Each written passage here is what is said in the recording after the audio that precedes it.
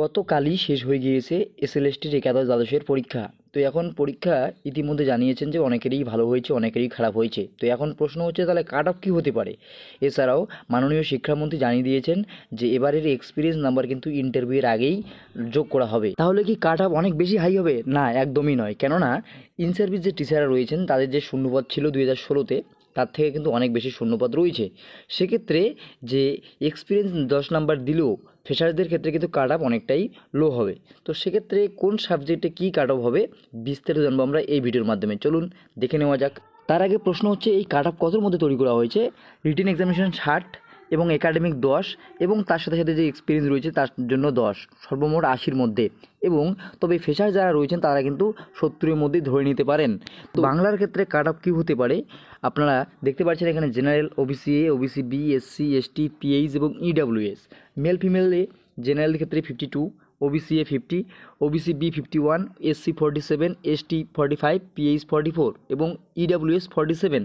ফিমেলদের ক্ষেত্রে general 51, OBC A 49, OBC B 50, SC 46, ST 43, PH 42 এবং EWS 46। তবে অনেকেই জানাচ্ছেন যে ফ্রেশার্সরা নাকি চাকরি পাবে না, ইন সার্ভিসেই নাকি সব সিট নিয়ে নেবে। তবে এটা কিন্তু ভুল, কেননা গতবারের তুলনায় কিন্তু যে শূন্যপদ রয়েছে তার থেকে অনেক বেশি শূন্যপদ রয়েছে।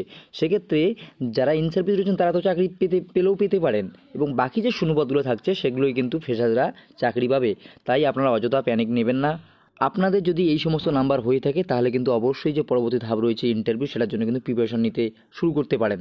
এরপরে রয়েছে ইংলিশের ক্ষেত্রে আপনারা এখানে বলা হয়েছে মেল ফিমেল কী রয়েছে, general, OBC A, OBC B. আপনারা চাইলে এখানে স্ক্রিনশট নিয়ে দেখে নিতে পারেন। এরপরে রয়েছে হিস্ট্রির ক্ষেত্রেও আমি এখানে তুলে দিয়েছি, সেক্ষেত্রে আপনারা স্ক্রিনশট নিয়ে দেখে নেবেন। এরপরে রয়েছে ম্যাথের ক্ষেত্রে কী রয়েছে, ম্যাথের ক্ষেত্রে general, OBC A, OBC B, SC, ST, PH, EWS. তো আমরা এই যে কাট অফ তৈরি করেছি কিছু অভিজ্ঞ স্যারদের সহযোগিতায়, সেক্ষেত্রে আপনাদের কোথাও সন্দেহ থেকে থাকলে অবশ্যই কমেন্ট সেকশনে জানাবেন। এছাড়াও আপনি কোন সাবজেক্টে কত পেয়েছেন সেটাও কিন্তু কমেন্ট সেকশনে কমেন্ট করে জানাতে ভুলবেন না। এরপরে রয়েছে ফিজিক্সে কী হতে পারে কাট অফ, আপনারা স্ক্রিনশট নিয়ে দেখে নেবেন। এরপর রয়েছে বায়োলজিক্যাল সায়েন্স।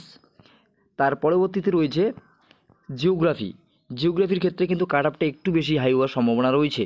কেমিস্ট্রির ক্ষেত্রে ওখানে দিয়ে দেওয়া হয়েছে মেল ফিমেল ও general, OBC A, OBC B, SC, ST, PH, EWS. এর পরবর্তী রয়েছে সংস্কৃতের ক্ষেত্রে কী রয়েছে, সংস্কৃতের ক্ষেত্রে কাট অফটা একটু বেশি হবে, কারণ মেল ফিমেলের জন্য 54, general, OBC A 53, OBC B 53, SC 51, ST 46, PH 44, EWS 52।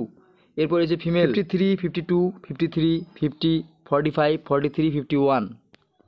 Political সায়েন্সের ক্ষেত্রে জেনারেলদের ক্ষেত্রে কিন্তু কাট অফ একটু বেশি হবে, 56 মেল ফিমেল, এবং OBC A 54, OBC 55, SC 53, ST 50, pH 49 এবং ইডাব্লিউএস 54। ফিমেলদের ক্ষেত্রে আপনারা দেখে নেবেন কী কী কাট অফ তুলে দেওয়া রয়েছে এখানে। এরপরে রয়েছে এডুকেশনদের ক্ষেত্রে কাট অফের যে একটু হলেও নিচে নামবে, কেননা কিছু প্রশ্ন ছিল কনফিউজিং। সেক্ষেত্রে কাট অফ হবে male female 47, general, OBC A 45, OBC B 46, SC 44, ST 42, PH 40 এবং ইডাব্লিউএস 44। এবং ফিমেলদের ক্ষেত্রে আপনারা দেখে নেবেন কী কী রয়েছে এখানে। তবে সমস্ত সাবজেক্ট দেওয়ার চেষ্টা করলেও 2-1টি সাবজেক্ট হয়তো আমরা দিতে পারিনি, তার জন্য অবশ্যই দুঃখিত। আমরা পরবর্তীতে চেষ্টা করব সেই সমস্ত সাবজেক্টও কাট অফ নিয়ে আসার জন্য। তো আপনাদের কত নাম্বার হলো কোন সাবজেক্টে এবং কী ক্যাটাগরি রয়েছে অবশ্যই কমেন্ট সেকশনে কমেন্ট করে জানাতে ভুলবেন না। ভিডিওটি ইনফরমেটিভ মনে হলে অবশ্যই লাইক করে শেয়ার করে সবাইকে জানিয়ে দেবেন। ধন্যবাদ।